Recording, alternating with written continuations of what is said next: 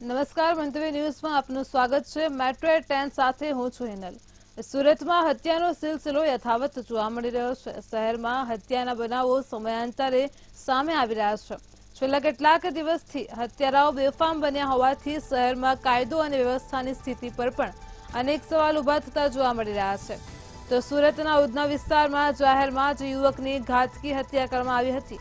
તે યુવકનું ગળું કાપી હાથ કાપી હત્યા નિપજાવી છે। બીજી ઘટના સુરતના પૂર્ણા વિસ્તારમાંથી સામે આવી છે, જેમાં પ્રેમ પ્રકરણને કારણે ભાણેજે મામાની હત્યા કરી હતી।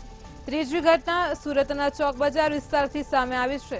એક જ રાત્રિમાં હત્યાની બે ઘટના બની હતી। મહિધરપુરા બાદ ચોક બજારમાં યુવકને મારામારી કરી હત્યા કરવામાં આવી હતી। ચોથી ઘટના સુરતમાં પ્રેમમાં અડચણરૂપ પુત્રની માતાએ કરી હત્યા છે। તો રાજસ્થાનની મહિલાએ અન્ય પુરુષ સાથે પ્રેમ સંબંધ હતો, પ્રેમમાં અડચણરૂપ બનતા પુત્રની હત્યા કરી દીધી હતી। જ્યારે પાંચમી ઘટના સુરતના વરાછા વિસ્તારની છે। પ્રેમિકાને મળવા જતા પ્રેમીને મોત મળ્યું હતું। પ્રેમીને બહેનપણીના ઘરે બોલાવ્યો હતો અને ત્યારે અચાનક યુવતીના ભાઈઓએ હુમલો કરતા તેનું મોત થયું હતું।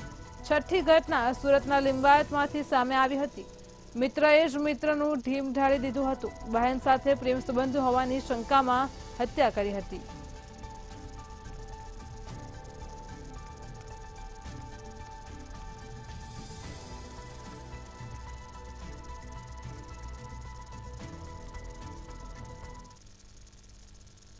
સુરતની પીસીબી પોલીસને મહત્વની સફળતા હાથ લાગી છે। જે દદુઆ ગેંગને ઝડપી પાડવા માટે પોલીસ સતત મહેનત કરી રહી હતી, તે ગેંગના સાગીરતને સુરત પીસીબી પોલીસે ઝડપી પાડ્યો હતો। યુપીના દદુઆ ડાકુના સાગીરતને સુરત પીસીબી પોલીસે મધરાત્રે ખેતરમાં સૂતેલા ઊંઘમાંથી જ તેને દબોચી લીધો છે। તો રાજકોટમાં 26 વર્ષ પહેલા વોચમેનની ક્રૂરતાપૂર્વક હત્યા કરી લૂંટ કરી હતી।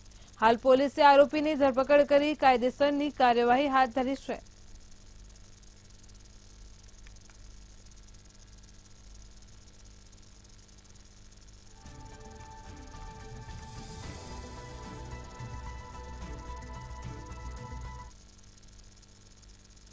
આ આરોપી મૂળ જેતપુર તાલુકાના જેતપુર પોલીસ સ્ટેશનના 302 ના ગુનામાં વોન્ટેડ હતો, જે 1999માં બનાવ બન્યો હતો।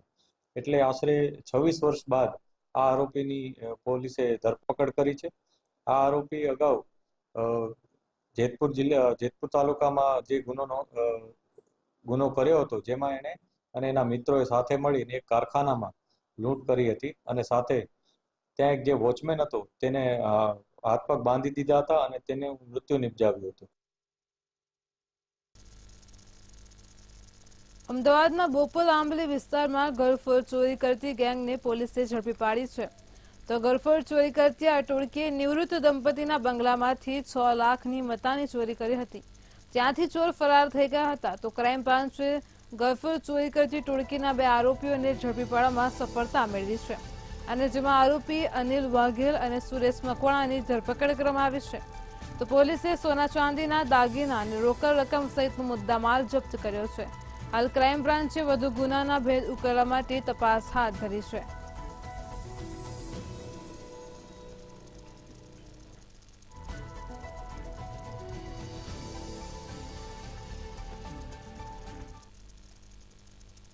જૂનાગઢમાં કેશોદ વિસ્તારના ટિંટોડી ગામે યુવતીએ આત્મહત્યા કરી હોવાનો મામલો સામે આવી રહ્યો છે। તો આ ઘટનામાં યુવતીએ આપઘાત કરતા પહેલા ચિઠ્ઠી લખી હતી, અને જે સુસાઇડ નોટમાં યુવતીના લગ્ન તારીખ નક્કી થઈ ત્યારે 5 તોલા સોનું આપવાનું નક્કી થયું હતું, પરંતુ તેનો થનારો પતિ અને સસરા પક્ષવાળા સોનું આપવાનું ના પાડી તથા સાસરિયા પક્ષના પરિવારે ઝઘડો શરૂ કરતા પોતે આપઘાતનું પગલું ભર્યાનો સુસાઇડ નોટમાં ઉલ્લેખ કર્યો છે। યુવતીએ તેના માતા પિતાનો કોઈ વાંક ન હોવાનું જણાવ્યું હતું। સમગ્ર ઘટના અંગે પોલીસે તપાસ હાથ ધરી છે।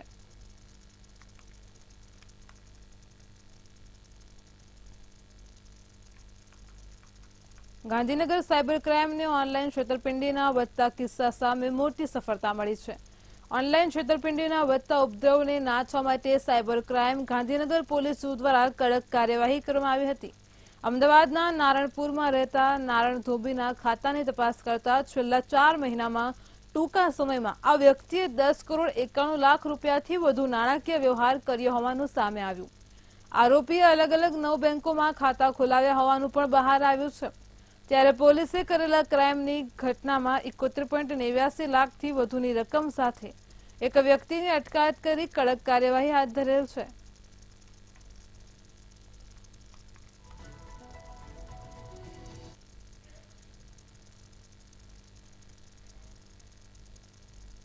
સુરતમાં વીર નર્મદ સાઉથ ગુજરાત યુનિવર્સિટીની સંલગ્ન કોલેજોમાં વિદ્યાર્થીનું પરીક્ષા દરમિયાન ટી શર્ટ પર હોબાળો થયો હતો। કોલેજમાં હાલ રેગ્યુલર તેમજ એટીકેટીની પરીક્ષાઓ ચાલી રહી છે। ગેરરીતિ કરતા વિદ્યાર્થીઓને પકડવા માટે સ્ક્વોડની ટીમ તૈયાર કરાઈ હતી। આ વર્ષે પહેલી વખત મહિલા સ્ક્વોડની ટીમ તૈયાર કરાઈ હતી, જેમાં સેલ્ફ ફાઇનાન્સ કોલેજોની 3 મહિલા પ્રોફેસરોને સામેલ કરાઈ હતી। આ મહિલા સ્ક્વોડની ટીમ ગઈકાલે યોજાયેલી પરીક્ષામાં ચેકિંગ માટે કામરેજ અને ભરૂચ ખાતે ગઈ હતી। ત્યારે દરમિયાન એક વર્ગખંડમાં ચેકિંગ કરતી વખતે વિદ્યાર્થીને ટી શર્ટ ઉપર કરવા જણાવ્યું હતું। સમગ્ર વર્ગખંડની વચ્ચે આ રીતે ચેકિંગ કરાતા વિદ્યાર્થીનો શોભજનક સ્થિતિમાં મુકાઈ ગઈ હતી। કોલેજના સીસીટીવી ફૂટેજ સહિતના પુરાવા પણ માંગવામાં આવ્યા છે।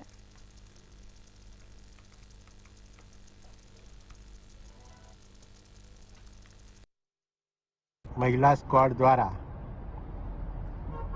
મહિલા વિદ્યાર્થીનીઓની જે તપાસણી કરવાની પદ્ધતિ સામે જે ફરિયાદ આવી છે એની લિખિત ફરિયાદ કોઈપણ પ્રકારે યુનિવર્સિટીને મળેલ નથી, પરંતુ ઓનલાઈન સ્ક્વોડ સાથે ખૂબ ટૂંક સમયમાં ચર્ચા કરીને સાચી માહિતી મેળવવાનો આદેશ પરીક્ષા વિભાગને કરી દેવામાં આવ્યો છે।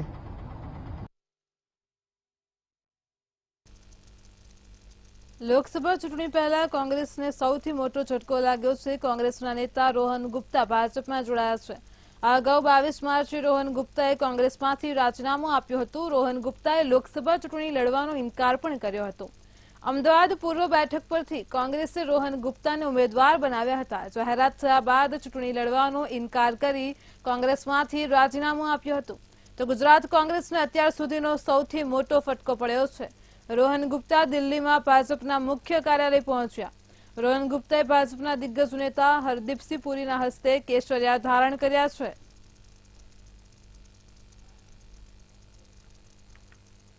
स्ट्रेटेजी एक मैसेज जो पीपल में जो देना होता है कि आपका विरोधाभास कितना है। जो हमारे एक हैं जो थे कम्युनिटी जिनके नाम में राम है, वो सनातन के जब अपमान हो रहा था तो हमको ये कहा गया कि आप चुप रहिए। देश के नाम का एक गठबंधन बनाया गया पर उसमें देश विरोधी ताकतों को जोड़ा गया। जिस केजरीवाल जी को कांग्रेस पार्टी ने आज खालिस्तान के साथ जुड़े होने के आक्षेप किए, वो चुनाव का पूरा में इंचार्ज था पंजाब में, आज ऐसी क्या मजबूरी है कि आप उनके लिए लड़ रहे हैं, उनके भ्रष्टाचार के लिए? इतना बड़ा विरोधाभास नहीं हो सकता है। आज देश के सामने अब जाते आपका नैरेटिव बहुत क्लियर होना चाहिए। जिस ईवीएम के कारण आप 2 चुनाव जीते आप उस पर सवाल उठा रहे हैं, और ऐसे कितने विरोधाभास है। मैं आपको बोले उतने विरोधाभास नाम करने को तैयार हूं। हर जगह पे आपकी जो पॉलिसी है, आप लेफ्ट पार्टी के साथ जुड़ रहे हैं, वो देश के खिलाफ है। कौन सी बात कर रहे हैं भाई साहब? आप सीए की बात कर रहे हैं, वो जो कायदा था जो कांग्रेस ने मांगा था कि it is for giving citizenship, आप उसका विरोध कर रहे हैं। कल एक कांग्रेस के नेता ने कहा कि नहीं हम तो मध्यम वर्ग के ऊपर टैक्स लगा दे, कि आप महंगाई की बात कर रहे हैं। सो ऐसे इतने एग्जाम्पल के जब तक आपका हर चीज में विरोधाभास रहेगा, कैसे देश आप पे भरोसा करेगा? લોકસભાની ચૂંટણીને લઈને આવતીકાલે એટલે કે 12 એપ્રિલે ચૂંટણી જાહેરનામું બહાર પડશે। આ સાથે જ ગુજરાતની 26 બેઠકો માટે 7 મેના રોજ ત્રીજા તબક્કામાં મતદાન યોજાશે। તો 7 મેના રોજ ગુજરાતમાં પેટા ચૂંટણી માટે પણ મતદાન યોજાશે। રાજ્યમાં 26 લોકસભા બેઠક અને 5 વિધાનસભાની બેઠક માટે ઉમેદવારી પત્રક ભરાશે। ઉમેદવારી પત્રકો ભરવાનો અંતિમ દિવસ 19 એપ્રિલ રહેશે। ચૂંટણીની તારીખોની જાહેરાત થતાની સાથે જ રાજ્યમાં આદર્શ આચારસંહિતા અમલવારી શરૂ થઈ ગઈ છે। આ વખતે લોકસભાની ચૂંટણી 7 તબક્કામાં યોજાશે, જ્યારે ચૂંટણીના પરિણામો 4 જૂને જાહેર થશે।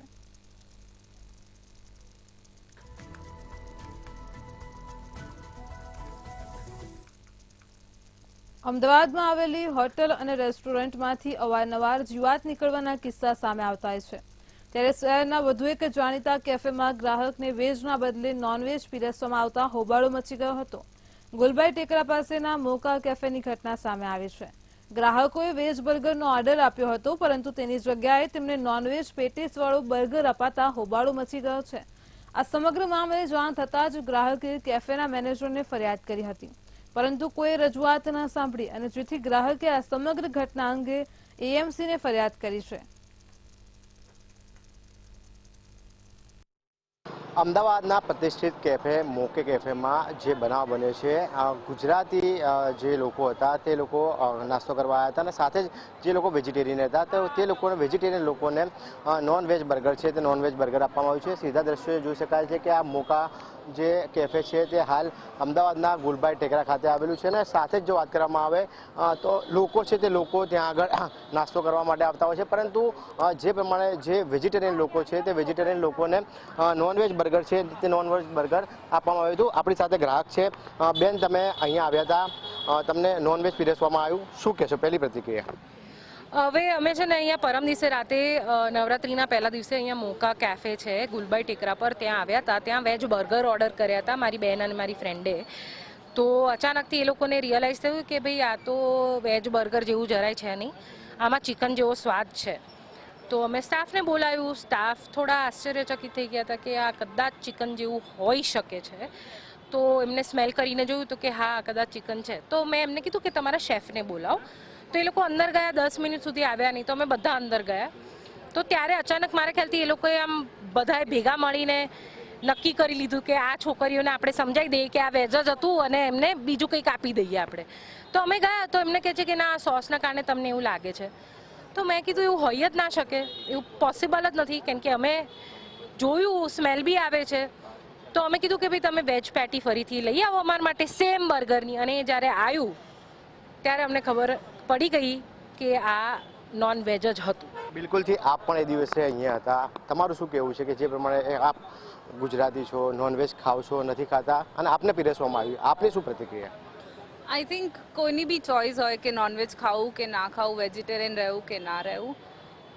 જ્યાં આવી રીતે બંને વસ્તુ સર્વ થતી હોય ત્યાં ઓર ધ્યાન રાખવું જોઈએ કે કસ્ટમર શું ઓર્ડર કરે છે. આપણે અમદાવાદમાં રહીએ છીએ, ગુજરાતમાં રહીએ છીએ, આપણે ત્યાં જૈન વસ્તી, સ્વામિનારાયણ વસ્તી કેટલી બધી છે જે લોકો કંદમૂળ બી નથી ખાતા. અને એ લોકોને અગર એ લોકો જોડે આવું થાય તો બહુ જ ખરાબ વસ્તુ થઈ કહેવાય. બિલકુલથી જો વાત કરવામાં આવે તો જે પ્રમાણે અમદાવાદ ગુલબાઈ ટેકરા ખાતે આવેલા જે હોક્કો કેફે છે ત્યાં આગળ જે વેજ પેટીસની જગ્યાએ નોનવેજ પેટીસ પીરસવામાં આવ્યું. ત્યારબાદ ગ્રાહક દ્વારા જે હોબાળો છે તે હોબાળો પણ કરવામાં આવ્યો હતો, સાથે કમ્પ્લેન છે તે કમ્પ્લેન પણ કરવામાં આવી હતી. થોડા દિવસ અગાઉ અમદાવાદની ક્લબ ઓફ સેવનની જે રેસ્ટોરન્ટ છે તે રેસ્ટોરન્ટમાં પણ આવો જ બનાવ બન્યો હતો. ત્યારે ગ્રાહકે ₹50 લાખનો જે દાવો છે તે દાવો રેસ્ટોરન્ટ ઉપર કરવામાં આવ્યો હતો. જી. એનસીપી પાર્ટીના નામનો ઉપયોગ કરી અને કૌભાંડ આચરતા મોહમ્મદ શેખની સાયબર ક્રાઇમે ધરપકડ કરી હતી, જેમાં બંધન બેંકમાં એનસીપીના નામે એકાઉન્ટ ખોલાવ્યું હતું, જેનામાં એનસીપીના નામે ડોનેશનનું જમા કરાવવાનું કૌભાંડ આચરતો હતો. ડોનેશન માટે સોશિયલ મીડિયાના માધ્યમથી તે જાહેરાત કરતો હતો. પોલીસે આરોપીની ધરપકડ કરી વધુ તપાસ હાથ ધરી છે.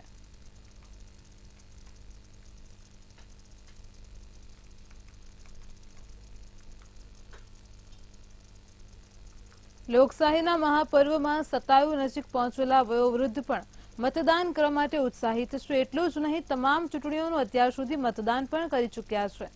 ગાંધીનગર જિલ્લાના પેથાપુર ગામના શારદાબેન સુથારની ઉંમર અત્યારે 94 વર્ષ છે.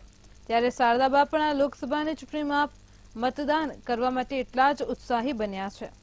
પેથાપુરમાં પોતાની દીકરી અને જમાઈ સાથે રહેતા શારદાબાને પણ તેમનો પરિવાર લોકસભાની ચૂંટણીનું મતદાન કરવા માટે ઉત્સાહિત બન્યો છે. જોકે મતદાન કરવું એ આપણી નૈતિક જવાબદારી પણ છે અને ત્યારે શારદાબાનો આ ઉત્સાહ યુવા મતદારોમાં પણ પ્રેરણાદાયી બની રહેશે.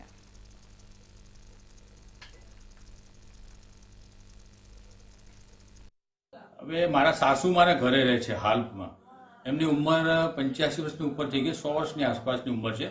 એમનું વતને એમનું સોજા થતું હતું, પણ અત્યારે અમારા તબિયત ન હોવાથી, સારી ન હોવાથી અમે અમારા ઘરે લઈ આવે. તો અમારે એ મતદાનના અધિકારી છે, તો એમને અમારે મત કરાવવાનું છે અને આ સરકારની એમ કે વ્યવસ્થાઓ છે બસની ને બધી, તો આવે અને લઈ જાય ને મતદાન કરે એવી અમારી બધાની અભિલાષા છે. હવામાન વિભાગ દ્વારા મોટી આગાહી વ્યક્ત કરવામાં આવી છે. તે સાથે જ ગુજરાતમાં વેસ્ટર્ન ડિસ્ટર્બન્સ સક્રિય બનશે, જેને કારણે આગામી 5 દિવસ ગરમીથી આંશિક રાહત મળશે. લઘુત્તમ તાપમાનમાં 2 થી 3 ડિગ્રીનો ઘટાડો થશે. લોકોને ગરમીથી રાહત મળશે, પરંતુ ખેડૂતો માટે માઠા સમાચાર છે. 13મીએ ભરૂચ, કચ્છ, ગીર સોમનાથમાં પણ આગાહી કરાઈ છે. 14મીએ નર્મદા, છોટાઉદેપુર, દાહોદમાં તથા અરવલ્લી, સાબરકાંઠા, કચ્છ અને ગીર સોમનાથમાં વરસાદ પડી શકે છે. 15મીએ સાબરકાંઠા, અરવલ્લી, મહીસાગરમાં અને દાહોદમાં સામાન્ય વરસાદની આગાહી કરવામાં આવી છે.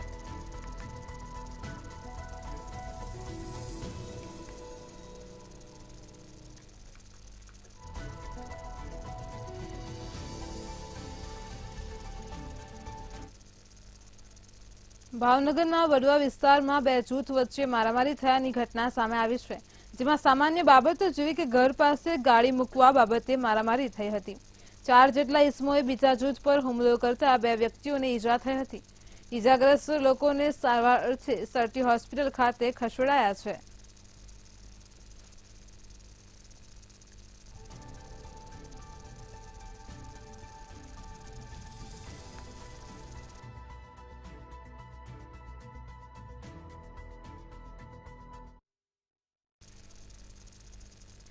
ભાવનગરથી મહત્વના સમાચાર સામે આવ્યા છે. વાત કરીએ ભાવનગરની, તો ભાવનગરમાં સાંપરા ગામના પુત્રએ મારતા પિતાનું મોત થયું છે. પુત્રએ મારતા પિતાનું સારવાર દરમિયાન મોત થયું છે. ભાવનગરની ઘટના સામે આવી રહી છે. 4 દિવસ દારૂડિયા પુત્રએ પિતાને માર માર્યો હતો. તો સાંપરા ગામે આજે બનાવ બન્યો છે. ભાવનગરથી સમાચાર સામે આવ્યા છે. ટીના લાંબડિયાને તેના પુત્ર દ્વારા માર માર્યો હતો. તો દારૂડિયા પુત્રએ માર મારતા પિતાનું મોત થયું છે. સાંપરા ગામમાં પુત્રએ મારતા પિતાનું મોત થયું છે. 4 દિવસ સુધી આ પુત્રએ તેના પિતાને દારૂની હાલતમાં નશો કરી અને માર માર્યો છે. ત્યારબાદ તેના પિતાનું મોત થયું છે. ભાવનગરના સાંપરાથી સમાચાર સામે આવી રહ્યા છે. સાંપરા ગામે આ બનાવ બન્યો છે. ટીના લાંબડિયાને તેના પુત્ર દ્વારા માર માર્યો હતો. તો પુત્ર અવારનવાર દારૂ પીને મારામારી કરતો હતો. ભાવનગરથી સમાચાર સામે આવ્યા છે. આજે સારવાર દરમિયાન પિતાનું મોત નીપજ્યું છે. પોલીસે હત્યા કલમનો ઉમેરો કરી કાર્યવાહી હાથ ધરી છે. 4 દિવસ દારૂડિયા પુત્રએ પિતાને માર માર્યો હતો. આજે સવારે સારવાર દરમિયાન પિતાનું મોત થયું છે. સાંપરા ગામની ઘટના સામે આવી રહી છે. ભાવનગરમાં સાંપરા ગામમાં પુત્રએ મારતા પિતાનું મોત થયું છે. અવારનવાર પુત્ર દારૂ પીને ઘરે મારામારી કરતો હતો.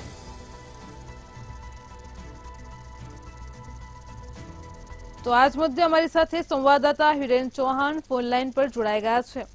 જી હિરેન, ભાવનગરથી જે બનાવ સામે આવી રહ્યો છે સાંપરા ગામનો, એક દારૂડિયા પુત્રએ પિતાને મોતને ઘાટ ઉતાર્યો છે, શું કહેશો? જી હિનલ, ચોક્કસ જણાવી દઉં તો 4 દિવસ પહેલાની આ ઘટના છે. ભાવનગરના જિલ્લાનું જે સુપ્રસિદ્ધ રાજપરા ખોડિયાર ગામ છે, ત્યાં આગળ સાંપરા ગામમાં પુત્ર છે તે દારૂના નશામાં પોતાના પિતાને ઉપર લાકડાના ઘા માર્યા હતા, જેને સારવાર અર્થે ભાવનગર સર્ટી હોસ્પિટલ ખસેડવામાં આવ્યા હતા, જ્યાં 4 દિવસની સારવાર બાદ તેમનું મોત નીપજ્યું છે.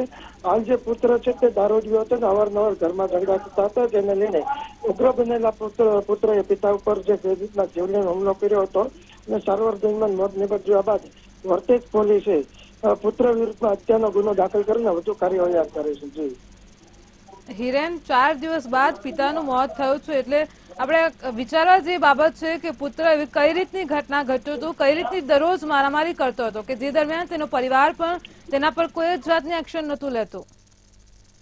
એનો ચોક્કસ જણાવતો છે પુત્ર છે તે પહેલેથી જ દારૂના નશામાં રહેતો હતો અને અવારનવાર રાત્રેના સમયે દારૂ પીને જયારે ઘરે આવતો હતો ત્યારે તેમના પિતા અને માતા દ્વારા તેમને રોકવામાં પણ આવ્યો હતો અને નાના ઝઘડા પણ થતા હતા, પરંતુ દરેકના 4 દિવસ પહેલા જે ઘટના બની હતી તેમાં ફૂલ જ નશાની હાલતમાં પુત્ર જે ઘરે આવ્યો હતો તેને દારૂના નશામાં તેને ઝઘડો થયો હતો અને પિતાએ જ્યારે તેને દારૂના નશો ન કરવાની સૂચન કર્યું હતું તેને લઈને પુત્ર દ્વારા તેમના પિતા પર હુમલો કરવામાં આવ્યો હતો અને જે ઘરની અંદર રહેલો જે લાકડાનો હાથા જેવી વસ્તુ હતી તેના વડે તેના માથાના ભાગે માર મારવામાં આવ્યો હતો અને માર મારવાથી તેને ગંભીર રીતે ઈજા થતા ભાવનગર ખસેડવામાં આવ્યા હતા. પરંતુ સમાજની અંદર કહી શકાય કે જે રીતના પુત્રની જે વ્યસનની લત હોય છે તેને લઈને મા બાપ જયારે કોઈ પણ જાતનું ધ્યાન નથી દેતા હોતા ત્યારે આવી રીતના જે વ્યસન છે તે અતિ કહી શકાય કે ગંભીર બનતું હોય છે અને પરિવાર માટે જે સમયનું કહી શકાય કે મોતનું જોખમ પણ બનતું હોય છે તેવી આ ઘટના સામે આવી છે. ત્યારે વન્ય વાલી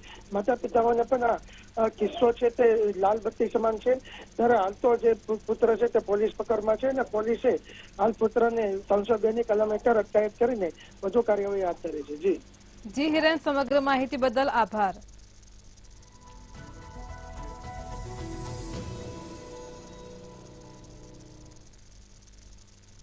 જૂનાગઢ લોકસભાના ભાજપ ઉમેદવાર ફોર્મ ભરશે. આગામી લોકસભાની ચૂંટણી આવી રહી છે, ગણતરીના જ દિવસો બાકી છે. તો જૂનાગઢથી સમાચાર સામે આવ્યા છે. લોકસભાના ભાજપના ઉમેદવાર ફોર્મ ભરશે. ભાજપના ઉમેદવાર રાજેશ ચુડાસમા ફોર્મ ભરશે. તારીખ 16મી એપ્રિલે શુભ ચોઘડિયામાં તેઓ ઉમેદવારી પત્ર ભરશે. સમાચાર સામે આવી રહ્યા છે. જૂનાગઢથી સવારે 9:30 સભા યોજાશે. સભા બાદ ભવ્ય રોડ શો યોજાશે.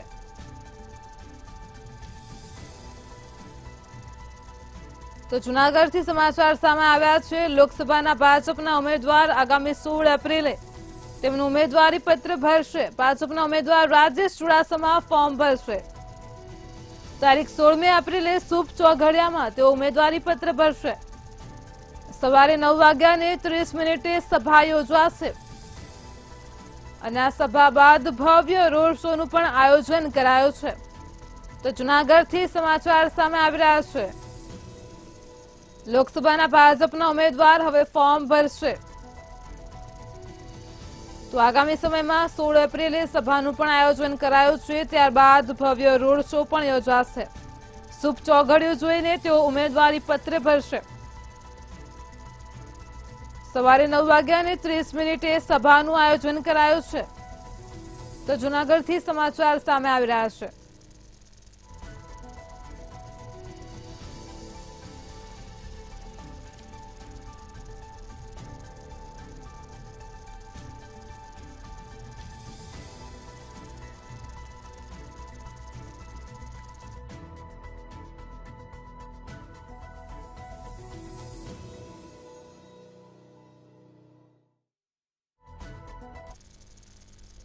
જેતપુરમાં ગઈકાલે જયેશ રાંદરિયા ઝૂમ્યા છે ડીજેના તાલે. સમાચાર સામે આવી રહ્યા છે જેતપુરથી. ગઈકાલની ઘટના સામે આવી રહી છે. ધારાસભ્ય જયેશ રાંદરિયા ડીજેના તાલે ઝૂમ્યા છે. તો જેતપુરથી સમાચાર સામે આવ્યા છે. ધારાસભ્ય ડીજેના તાલે ઝૂમતાનો વિડીયો પણ વાયરલ થયો છે. ચેટીચાંદના પર્વની શોભાયાત્રાનો વિડીયો સામે આવ્યો છે. આપ ટીવી સ્ક્રીન પર વિડીયો જોઈ શકો છો. સિંધી સમાજના નવયુવાનો સાથે ધારાસભ્ય ડીજેના તાલે ઝૂમ્યા છે. તો જેતપુરમાં ગઈકાલે જયેશ રાંદરિયા ડીજેના તાલે ઝૂમ્યા છે. વિડીયો વાયરલ થઈ રહ્યો છે. ધારાસભ્ય જયેશ રાંદરિયા ડીજેના તાલે ઝૂમ્યા છે. ગઈકાલે ચેટીચાંદના પર્વ પર યુવાનો સાથે તેઓ ડીજેના તાલે ઝૂમ્યા છે. સિંધી સમાજ સાથે તહેવારની ઉજવણી કરતા નજરે પડી રહ્યા છે. ડીજેના તાલે ઝૂમ્યા છે. આ વિડીયો પણ સામે આવ્યો છે. સિંધી સમાજના નવયુવાનો સાથે ધારાસભ્ય જયેશ રાંદરિયા ડીજેના તાલે ઝૂમ્યા છે. તો જેતપુરથી આ વિડીયો સામે આવી રહ્યો છે. ગઈકાલે જયેશ રાંદરિયા ડીજેના તાલે ઝૂમ્યા છે. ચેટીચાંદના પર્વને લઈને યુવાનો સાથે તેઓ ડીજેના તાલે ઝૂમ્યા છે.